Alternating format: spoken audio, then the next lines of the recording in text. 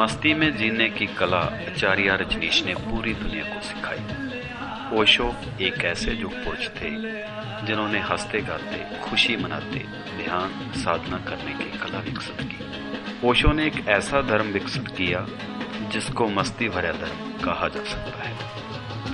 धर्म और ध्यान खुद को पहचानने का रास्ता है। देश दुनिया दुश्वारियां और दुखों से ऊपर उठकर मस्ती में झूमना सिखाता है ओशो का ध्यान। ओशो ने अपने हजारों प्रवचनों में लाखों लोगों को मस्ती में सराबोर होकर नाचते हुए ध्यान करने की विधि सिखाई। दुनिया के रीति रिवाज, आडंबर, समस्याएं और मर्यादा हमारे लाइफस्टाइल में बाधा डालते हैं, मगर ओशो ने तमाम बंधन तोड़कर सिर्फ और सिर्फ वर्तमान में जीने की कला सिखाई। हेलो पीपल, मेरा नाम मिजाशो है, मैं दिल्ली से हूँ और मैं ओशो की डिसाइपल अब हो गई हूँ। मैंने 6-7 महीने पहले मेडिटेशंस एक बार हिट एंड ट्रायल बेसिस पे शुरू किया था कि देखना है कि एक्चुअली मेडिटेशन है क्या, सही में कुछ है या एम ही है। और मेडिटेशन ट्राई करने के बाद जब 30-35 डेज़ के बाद मैंने रिजल्ट देखा कि मेडिटेशन सही में काम करता है। 2 महीने बाद मुझे वो खिंचाव आया कि मैं ओशो की संन्यास ले लूँ और संन्यास बन जाऊँ। ओशो ने जैसा बोला है कि जो भी करो टोटलिटी के साथ करो। मेडिटेशंस टोटलिटी के साथ करने के बाद और पूरा मन ध्यान दे के मेडिटेशंस करने के बाद ज़िंदगी बदल जाती है। मेरी तो बदल गई है। 7 महीने से मैं जो महसूस कर रही हूँ शायद उससे पहले मैंने नहीं किया। मैं खुश हूँ और मैं चाहती हूँ कि आप लोग सारे एक बार ट्राई ज़रूर करना। ऐसा नहीं है कि अब ज़रूर करो, क्योंकि ये ओशो तो अभी ज़बरदस्ती वाला उन्होंने कभी किया नहीं है। मर्जी हो, एक बार ट्राई करो, ज़िंदगी बदल जाती है दोस्तों। और मेरी बदल गई है। Dynamic, continuously 30 days 60 days non stop करने के बाद आप एक बार देख लो लाइफ आपकी कैसी बदलती है। और अगर आपको अच्छा लगे तो संन्यास लो। वैसे ओशो ने नहीं बोला कि जो डायनामिक करेगा या मेडिटेशन करेगा वो मेरा संन्यास बने, वो आपको खिंचाव आ जाता है। और ये मेडिटेटिव लाइफ मैं जो लीड कर रही हूँ, कहीं ना कहीं ओशो मेरा ये पाथ खुद डिज़ाइन कर रहे हैं। मैं उधर अट्रैक्ट होते हुए जा, क्योंकि 7 महीने पहले मुझे नहीं पता था मेरे लाइफ में कभी मेडिटेशन जुड़ेगा। लाइफ वही है, सिर्फ मेडिटेशन के बाद लाइफ थोड़ी और अच्छी हो गई है। That's it. एक बार ट्राई करो, इससे ज़्यादा अच्छी ज़िंदगी कभी नहीं मिलेगी आपको। स्वामी जी, गंगा धाम में मैं पहली बार आई हूँ। बहुत ही सुंदर आश्रम है, बहुत ही प्यारा है और यहाँ की एनर्जी, हवा बहुत सुंदर है। इतना ही बोलना चाहूँगी और यहाँ के सब मित्रों का बहुत ही धन्यवाद जो इतने प्यार से इसको संजोए हैं। आप सुंदरग्राम में मेडिटेशन सेंटर चला रहे हो। हाँ जी। क्या डिफरेंट है जहाँ से? स्वामी जी देखो, हर जगह की अपनी एक खूबसूरती है। वो ओशोग्राम एक हिमाचल में है, वहाँ की ब्यूटी अलग है और गंगा धाम की अलग से है और हर जगह एक यूनिक है।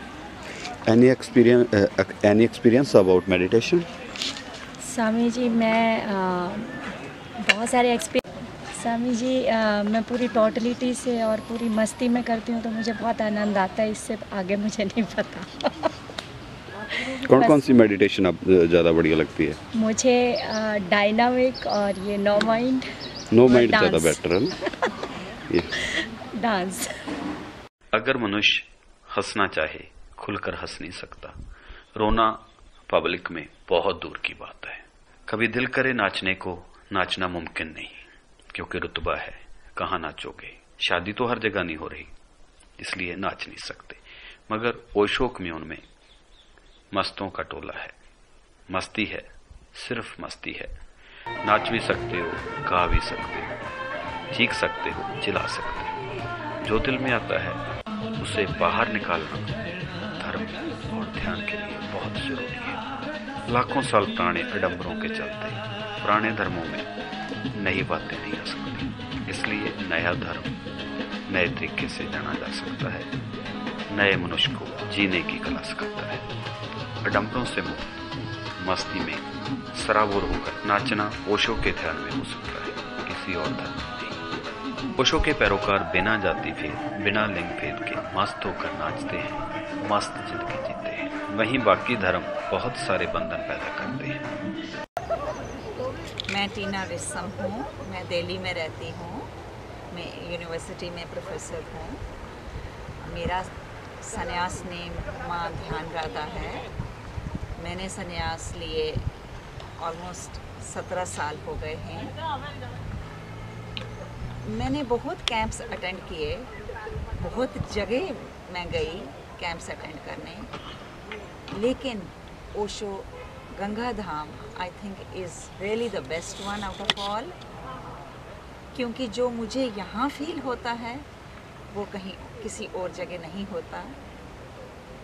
यहाँ गंगा के किनारे बैठ के लगता है सारे दुख तकलीफ़, सारी वरीज़, सारी चिंताएं सब गंगा ने धो दिए और धो के पास से निकल गए। Osho Ganga Dham is the best. I will come here again and again and again. Rishikesh तो ध्यान की भूमि अनादिकाल से है। हजारों हजारों ऋषियों ने यहाँ ध्यान किया है और चेतना की ऊंचाइयों को छुआ है। ओशो गंगा धाम की स्थापना एक बहुत ही सौभाग्य की बात है इस शहर में, और गंगा धाम एक आकर्षण का केंद्र बन गया है पूरे ओशो प्रेमियों के लिए और ध्यान के प्रेमियों के लिए, दोनों यहाँ आते हैं। ओशो किसी एक धर्म की साधना नहीं करवाते। ओशो ने हजारों ध्यान की विधियाँ दी हैं जो तंत्र, योग, भक्ति, सूफी, जैन, इन सब से जुड़ी हैं। ओशो ने पूरे विश्व की ध्यान की धरोहर को, जहाँ जहाँ भी ध्यान के फूल खिले हैं, हम सबको बहुत आधुनिक व्याख्या के साथ हमें दे दिया है, और उससे लाखों लोग इस देश में लाभान्वित हो रहे हैं। और उन सब का एक न एक दिन यहाँ आने का भाव होता है कि कभी गंगा किनारे जाके हम ध्यान करें, और ऐसे ध्यान करने वाले जिज्ञासु मुमुक्षु यहाँ अक्सर चले आते हैं। ओशो के यहाँ इस देश में करीब करीब सब बड़े छोटे नगरों में ध्यान केंद्र हैं। उनकी खूबी ये है कि उनके शहर में ध्यान की सुविधा उपलब्ध है, पर फिर भी एज ए इस तरह के सुरम्य स्थानों में, एग्जॉटिक प्लेसेस में लोगों को आने का बहुत भाव रहता है, और वो बहुत जल्दी इस भाव तरंग से जुड़कर अपने भीतर सत्य की, चेतना की, प्रेम की अनुभूति करते हैं। अभी जो यहाँ ये शिविर हो रहा है उसका भाव है, उसकी थीम है लव एंड फ्रेंडलीनेस, प्रेम और मैत्री भाव। यही ओशो चाहते हैं कि पूरे विश्व में सभी धर्मों में, सभी जातियों में प्रेम और मैत्री भाव का संचार। ध्यान का अर्थ है उसमें से प्रेम निकले, करुणा निकले, उत्सव निकले, और सबको हम अपने साथ जोड़ें। और योग का भी यही अर्थ है। योग यानी जो सबको जोड़ता है। अध्यात्म और योग किसी को तोड़ते नहीं, सबको आपस में जोड़ते हैं। एकमात्र ओशो का ऐसा रास्ता है जो मस्ती से होकर गुजरता है, और इस रास्ते पर चलने वाले सामाजिक बंधनों की जंजीरों को तोड़ते हुए, इस अनूठे रास्ते पर चलते हुए अंतिम यात्रा पर निकलते हैं। ओशो कम्यून में सभी धर्मों को सत्कारा जाता है, मगर रूढ़िवादी विचारों से मुक्ति दिलाने के लिए, इंसान को सिर्फ इंसान बनाने के लिए रास्ते बताए जाते हैं और रास्ते बनाए जाते हैं। डायनामिक मेडिटेशन एक ऐसी ध्यान विधि है जो समस्त शरीर में ऊर्जा का संचार करती है। इसके एक स्टेप के जरिए आप सूफी फकीरों की तरह हू की आवाज निकालते हुए अपनी ऊर्जा को ऊर्ध्वगमन करने के लिए अभ्यास करते हैं। सामाजिक बंधन और रुतबे के कारण ना तो शर्याम आप रो सकते हो, ना ही हंस सकते हो, मगर जहां पूरी समग्रता से आप अपने विचारों का प्रगटावा करते हुए चीख चिल्ला सकते हो और मस्ती में नाच भी सकते हो। संगीत के जरिए ध्यान करना सभी धर्मों में देखा जाता है, मगर ओशो ने नृत्य को ध्यान बना डाला। उसने डांस के जरिए, मस्ती के जरिए झूमते हुए एक ऐसा रास्ता निकाला है जहां मस्तों की महफिल है, जहां रुतबे नहीं, रवैते नहीं, बस मस्ती है।